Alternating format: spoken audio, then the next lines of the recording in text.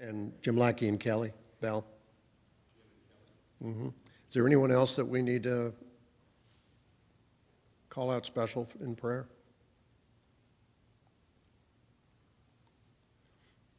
Okay.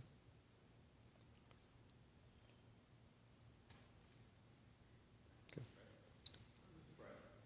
Father, I'm always grateful to wake up in the morning to know that there's another day prepared for me, that you have given us the opportunity to both praise you and to also glory in your creation. For that, we thank you.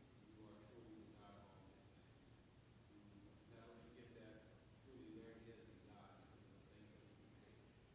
Father, we pray now for Jim Lackey and Kelly also, because we know that they are going through things that are hard, that healing themselves, and we pray that they will continue to be healed. We know that you desire your creation to be healed. Father, we also know there are many people out there now who are desperately in need of you, both mentally and physically and spiritually. For that, we pray that you would give them your insight and your healing power. For we know, again, that you are truly the God of all good things. Pray that you will bless this lesson today, that it will bring insight into our hearts and into our minds, that we will be a little stronger today than we were yesterday. In Jesus' name we pray. Thank you. I hope you all brought your bush hogs with you, because we're going to get so deep into the weeds that you're going to need them. So, we're in chapter 14 of Isaiah.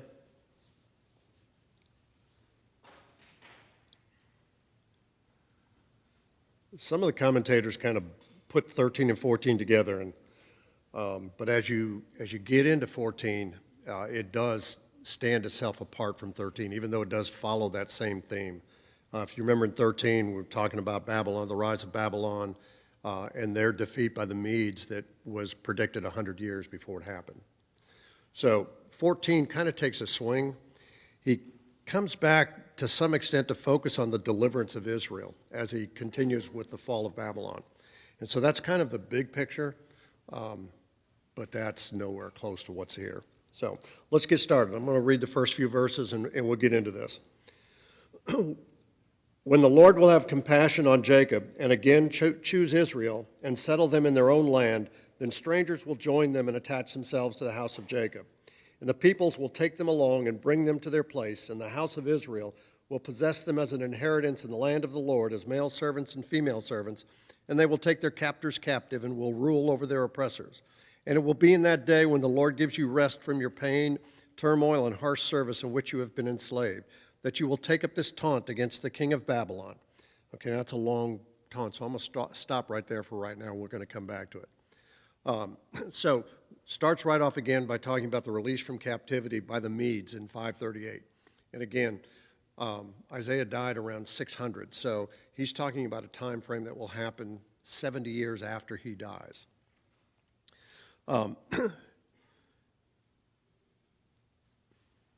Yeah, there we go. I thought so. In verse 2, well, let me back up a second. Judah is often called Israel. Why do you think that is? We're going to see this come back several times. I'm sorry? Well, it does. Judah was one of the tribes of Israel. But that's typically Judah is not referred to as Israel. Okay, it is typically referred to, where did I have it here? Okay, I didn't write that note down. I apologize for that. But why do you think Judah is often called Israel? Remember, we're in the context. How does this chapter start? Starts talking about the remnant, right? So why do you think Judah is called Israel? Because Judah is actually one of the sons of Israel, one of the 12 sons. Yes, but more specifically.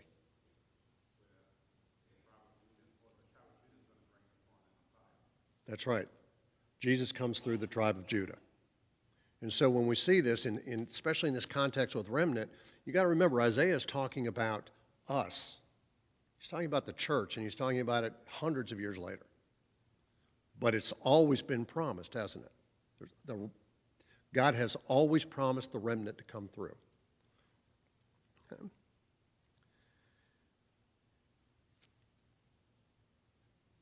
Sir. To your point, this recording and others like it that are in Scripture remind us that God was true to his promise to Abraham. Yes.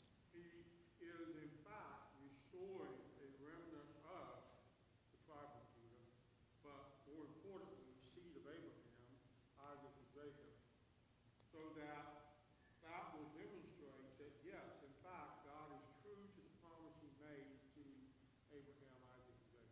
Yep. And that primary promise to Abraham was that all nations would be blessed through his seed, which is right down this line of Isaac, Jacob, and Judah. And from the tribe of Judah, again, Christ. So yes, this is a very straight line that we see following God's promise. And we should never forget that. You're right, Clayton.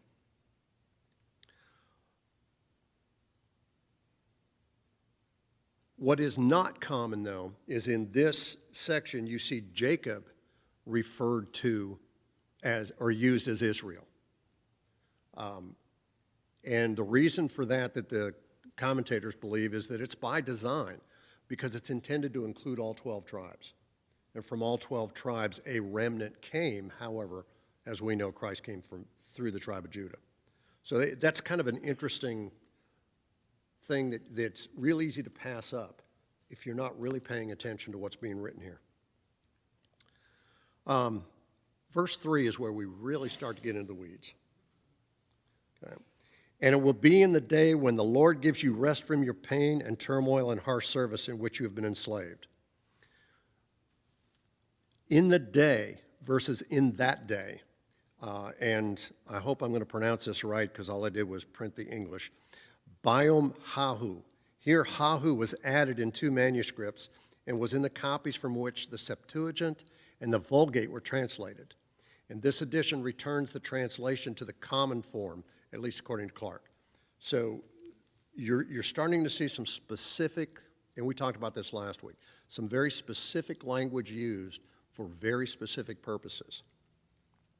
And it's not a big deal in the day, in that day. It just refers to the tense and the application of it. Verse 2, servants and handmaids. Who would that be? Servants and handmaids.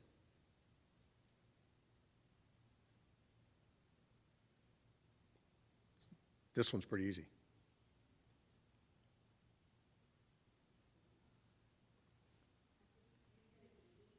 Yeah.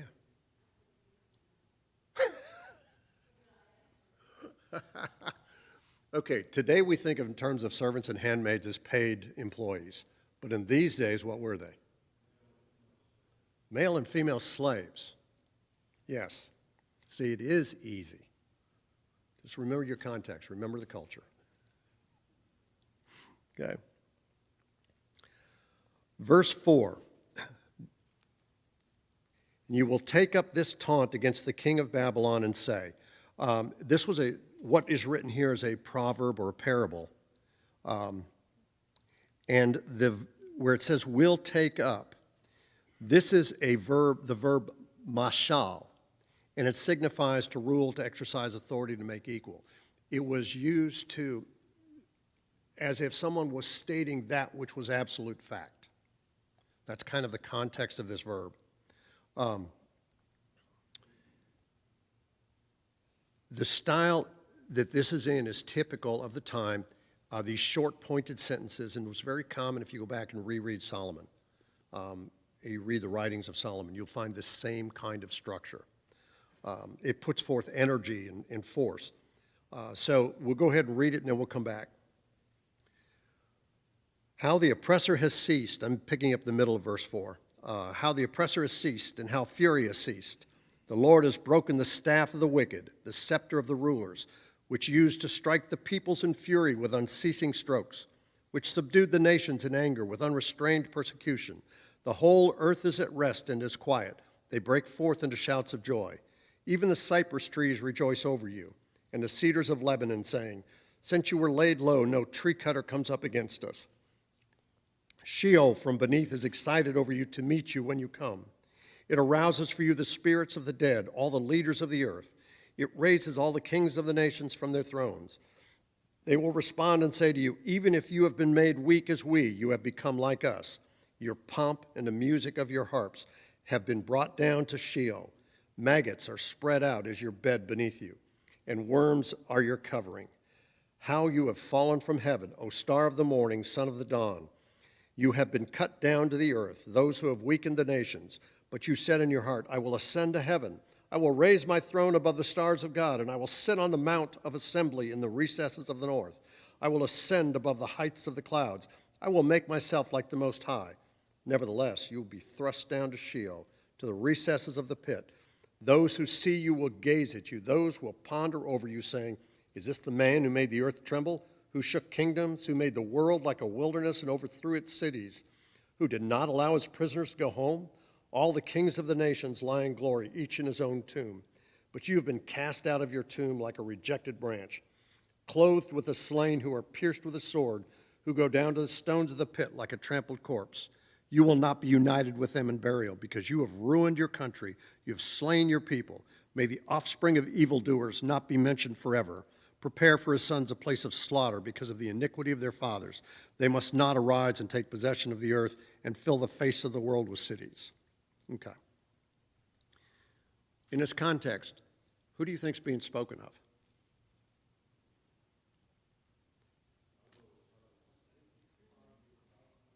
Hold that thought for later. Who?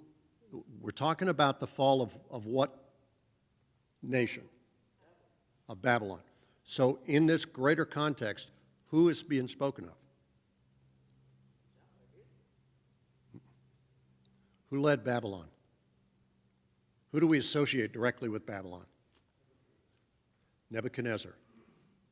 And that's the overriding context of this. Okay.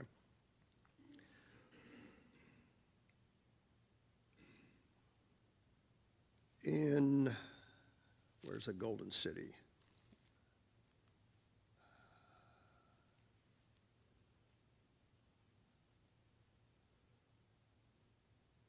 How come I didn't write that down? Verse 4?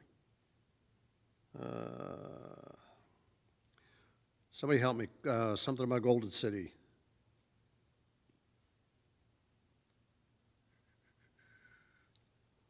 I don't see it right now.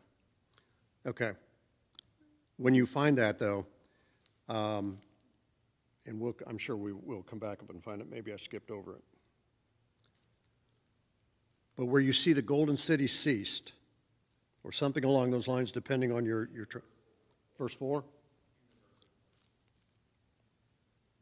Okay. My translation took that out. What translation do you have? Okay, thank you.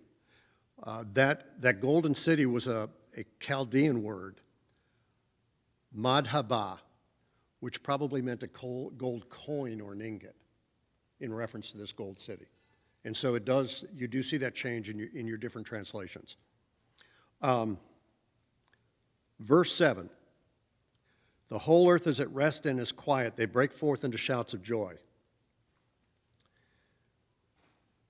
During the battle of the Babylons, or during the conflict of the Babylons and the Medes, in the 6th year of the war, there's what's called the Battle of the Eclipse.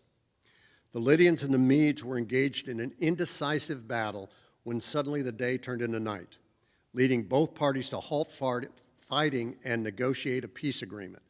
And that's what this is in reference to.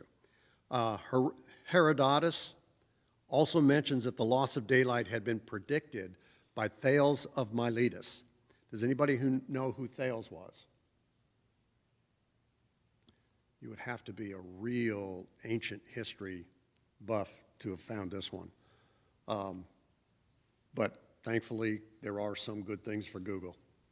So Thales of Miletus Thales is recognized as one of the 7 sages of Greece, semi-legendary wise statesmen and founding figures of ancient Greece, which 7 one chooses. Anyway, Thales of Miletus was born about somewhere between 624 and 620 BC. So that would have been about 20 years or so, 25 years before Isaiah died. So they were contemporaries for a period of time. And he died somewhere between 548 and 545 BC. Okay, so if we go back and we look at the Medes conquered the Babylonians in 538. So the conquest of the Babylonians would have come after the lifespan of Thales.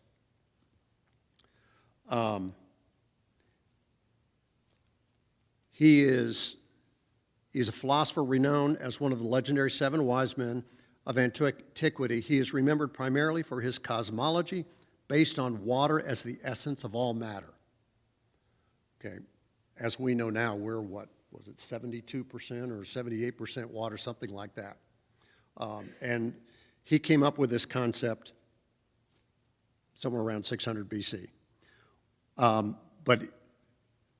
With the earth a flat disk floating on a vast sea. So if you want to know where the flat earthers came from, they came from this philosophy. The most famous idea was his philosophical and cosmological thesis that all is water, which comes down to us through a passage from Aristotle's Metaphysics. In the work, I told you were going to need your bush hog. In the work, Aristotle reported Thales' theory was the arc or originating principle of nature was a single material substance. So this is where this is coming from that Isaiah is predicting. Okay, and you got to remember this is a prophecy here. Okay. Have I completely put everybody to sleep, or do I have you all lost? Okay. Maybe y'all don't find this as fascinating as I do, but when you dig into these things and you find how these other pieces of the puzzle fit together, to me, I find it fascinating. Verse 9, Sheol from beneath is excited over to meet you when you come. Also referred to, or also translated as hell from beneath. Again, who would that be specifically referring? To whom would that be specifically referring? Not in the direct context. In the direct context, it is again Nebuchadnezzar. Okay? And I don't want us, we're going to get sidetracked here in a few minutes, but I don't want us to forget that the primary context here is in Babylon and Nebuchadnezzar. Okay? I personally found a lot of allusions that we're going to get off on other paths here quickly. Okay? And then it refers, verse 9 continues, it arouses for you the spirits of the dead, all the leaders of the earth. It raises all the kings of the nations from their thrones. This references basically all of the previous kings that were tyrannical, that abused their nations, that did not reign with any kind of integrity. And so he's throwing Nebuchadnezzar into this group. That's the point of it, is he's including Nebuchadnezzar with all of the worst of mankind's kings.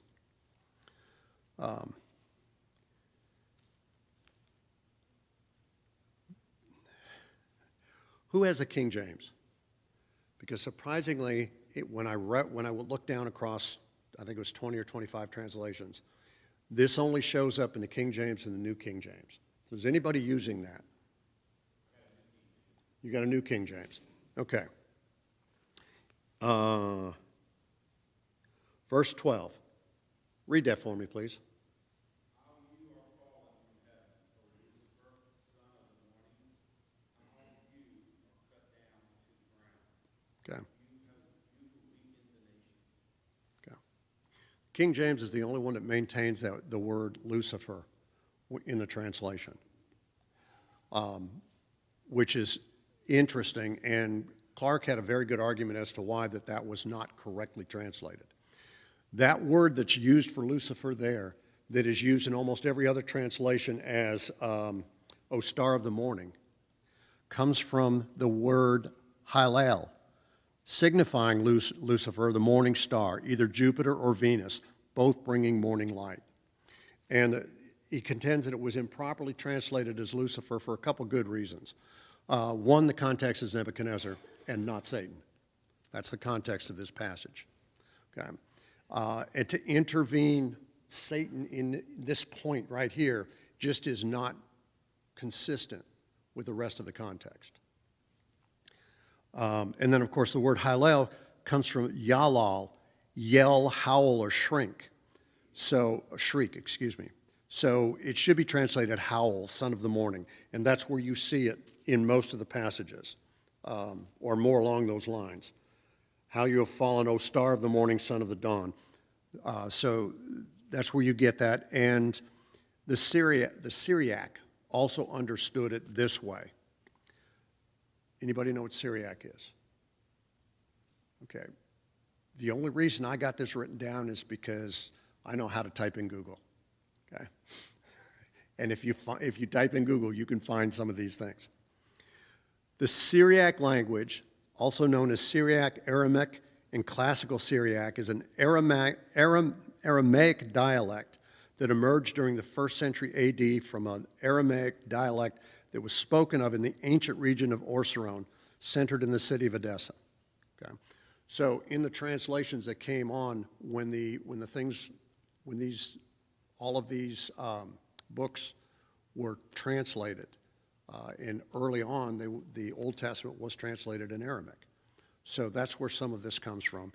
And Clark is just using this as support that the term Lucifer was not correctly translated, that it should read as the other ones, O star of the morning, son of the dawn, and then bringing that context back to Nebuchadnezzar. And that's probably a whole lot more information than what you wanted. But So what is morning star and son of the dawn? okay, specifically he's referring to Nebuchadnezzar, but he's probably referring to either Jupiter or Venus that brought morning light. And that's this context. Remember, it's coming following 7 with that eclipse that I just talked about here. The Battle of the Eclipse, where in the middle of the war, the day turned night, which would have indicated an eclipse. Okay.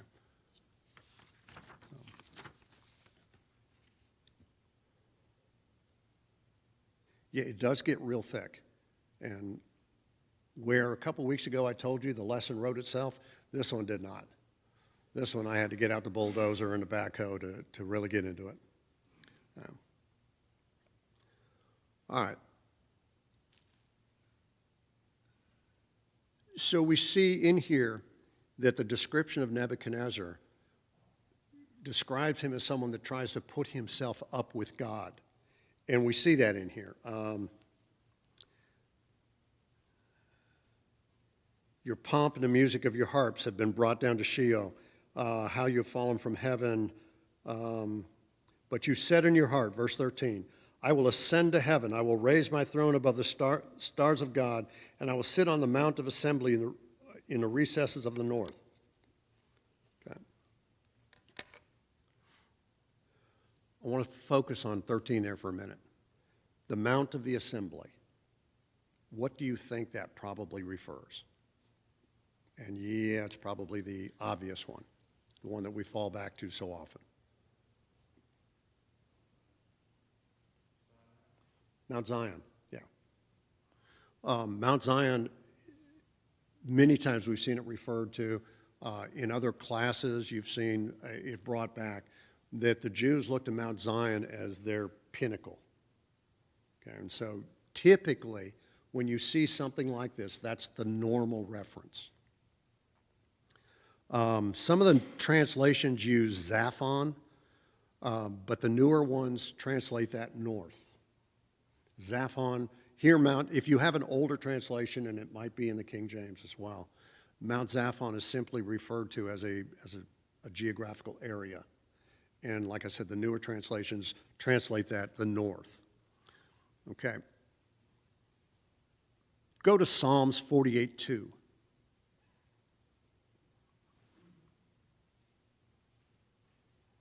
Please. I shouldn't be quite so dictatorial, should I?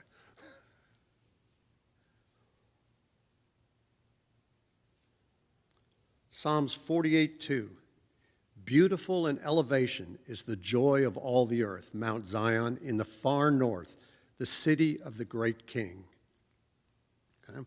So you see this consistency from the other Old Testament writers.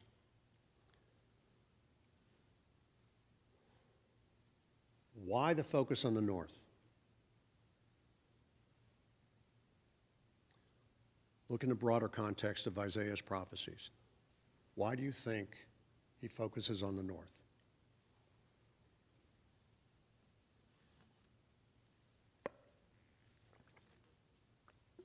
What tribe, there were a few, but what tribe was in the north in our context here?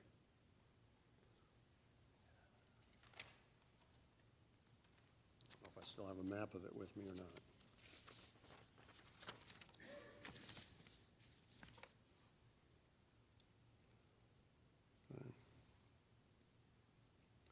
This doesn't, I guess you have to be, this really doesn't help out from there.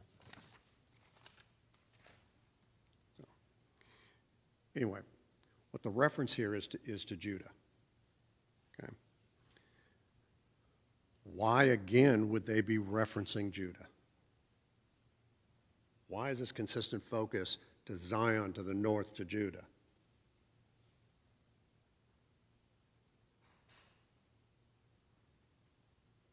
Christ.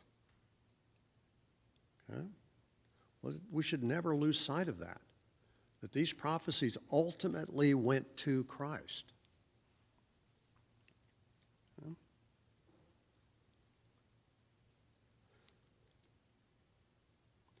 All right, so now let's back up just a little bit and let's look at this whole passage in here. And does it bring any other pictures to mind? And let's reread part of it here. Even when you've been starting with 10, even when you've been made as weak as we, you've become like us. Even when you've been made weak as we and you become like us, your pomp and the music of your harps have brought you down to Sheol. Maggots are spread as your bed beneath you, and worms are your covering. How you have fallen from heaven, O star of the morning. Then let's come on down a little bit. Those that see you will gaze at you, they will ponder over you, who shook the kingdoms, who made the world like a wilderness. All the kings of the nations lie in glory, each in his own tomb. Does this bring any picture to anybody else's mind besides mine, or is mine the only one that really twisted that far over? Think of Jesus in the wilderness and the temptation. Let's go to Matthew 4, 1 through 11.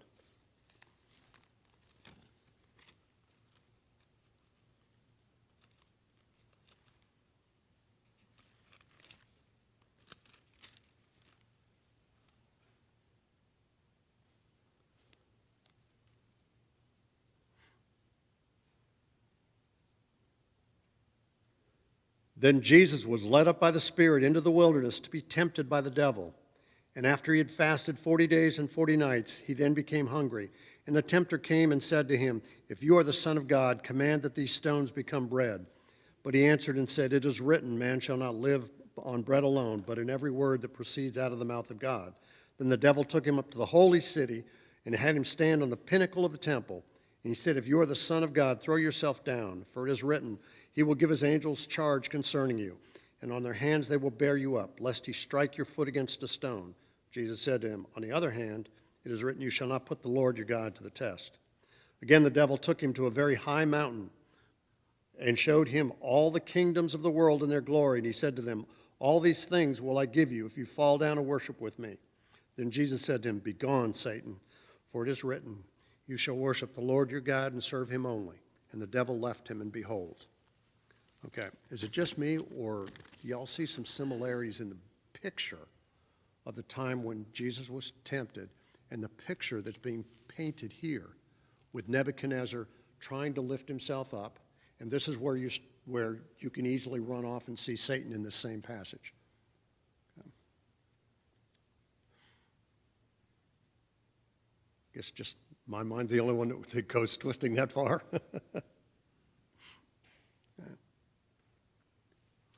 Okay. Verse 19.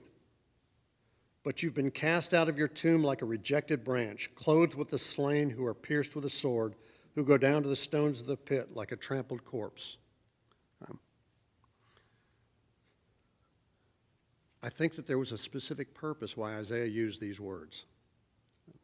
And I'm specifically talking about the branch, like a rejected branch. The Jews believed that the tree itself was cursed, upon which a criminal had been hung. So it wasn't just the criminal and his soul that was cursed, but the tree itself that was cursed. And so that's where you're starting to see this kind of language. Go to Deuteronomy 21.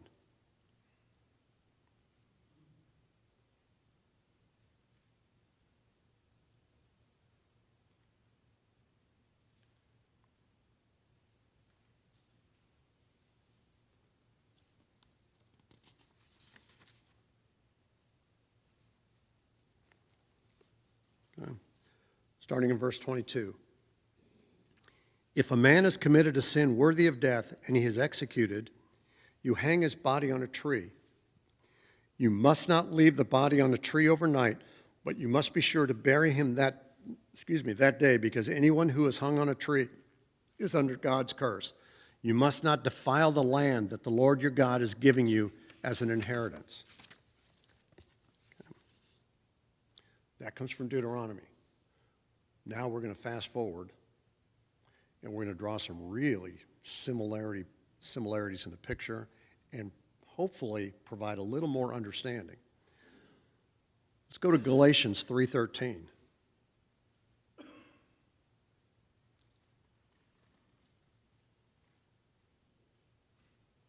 This is Paul, some 1,000 years later.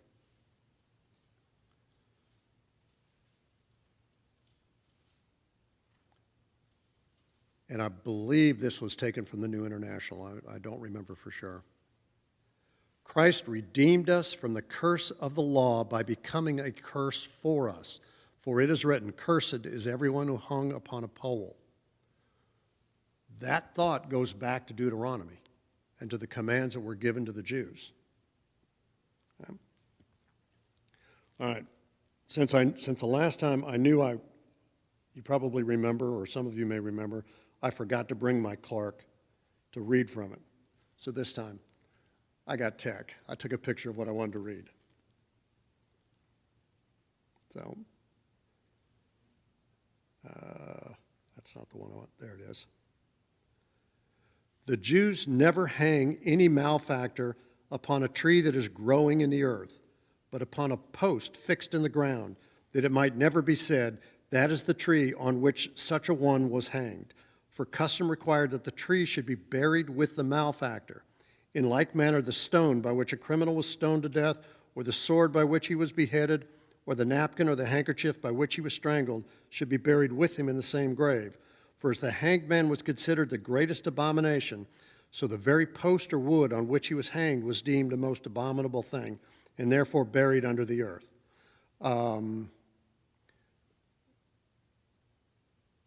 Theodoret, in his account of the finding of the cross by Helena, says that the 3 crosses were buried in the earth near the place of our Lord's sepulchre, and this circumstance seems to confirm the relation of the discovery of the cross of Christ. The crosses were found where the custom required they should be buried. Now put all of this together.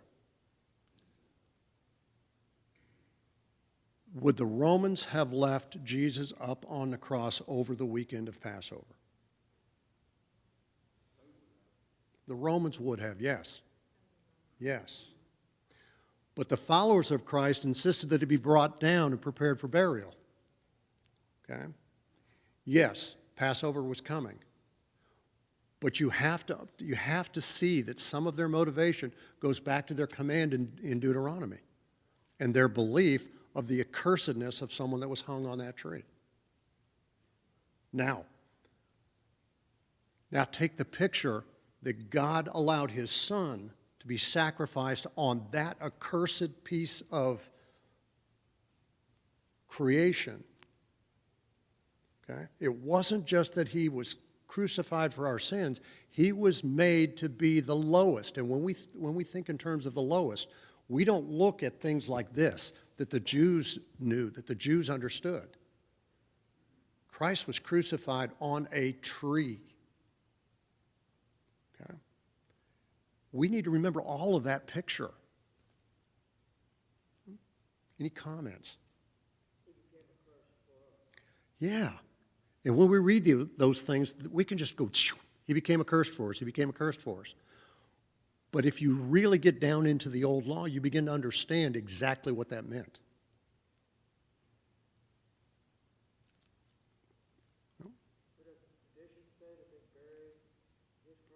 Yeah, what Clark was pulling from history, from world history, not from the Bible per se.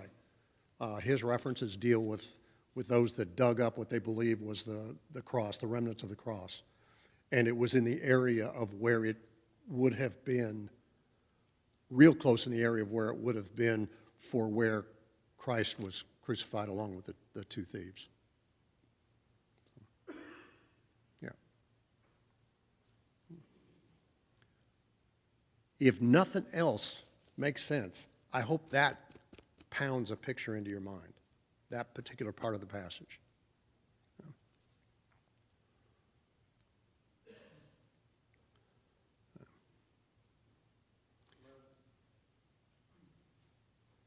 It's difficult for us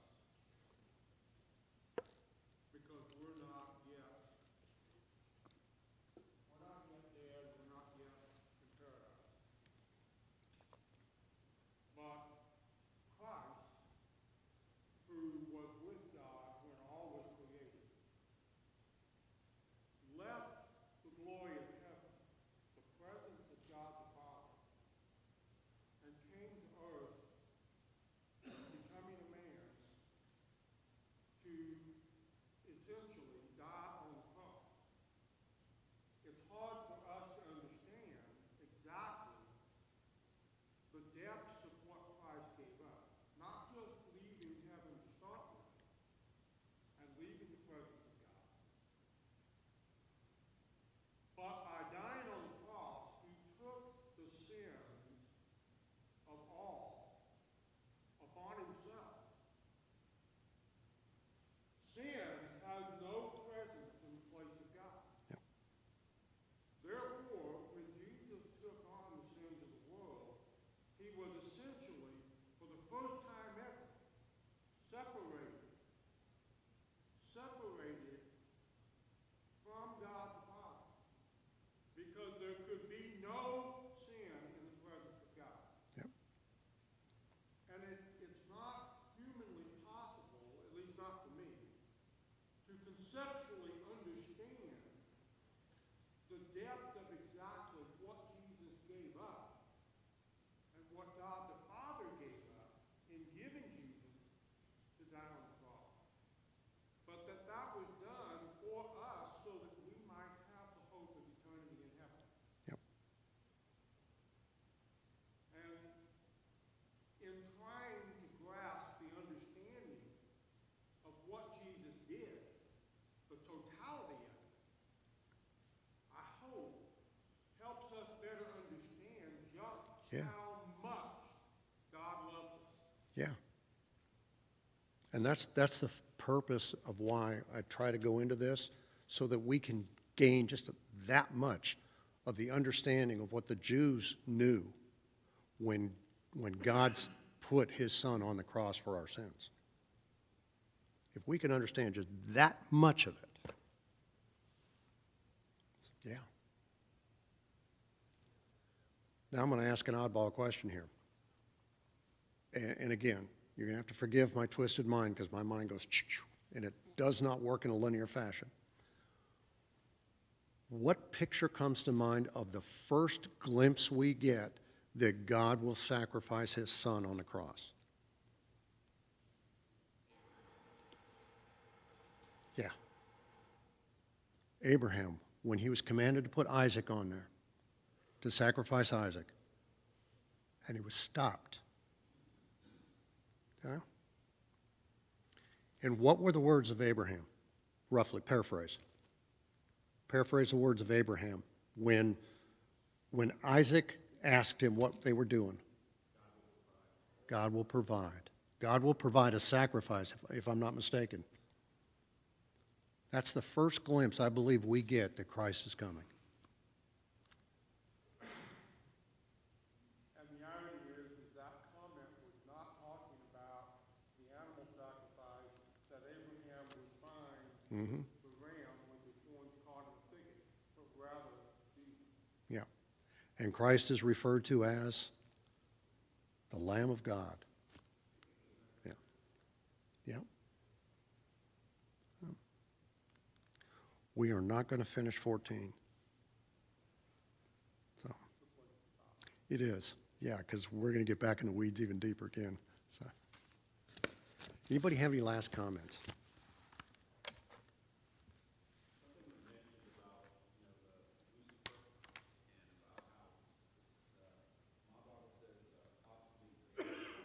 I'm sorry. Mm-hmm.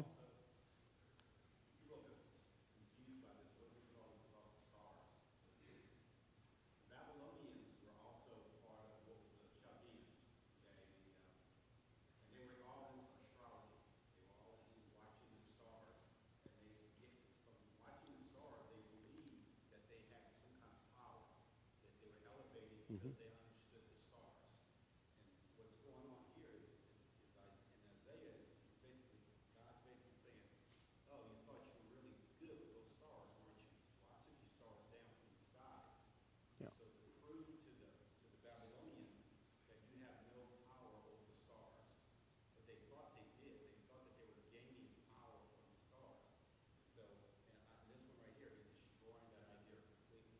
I am God. I control those stars. Yep. I take them down. Yep. There's no question. No question. Yes, ma'am.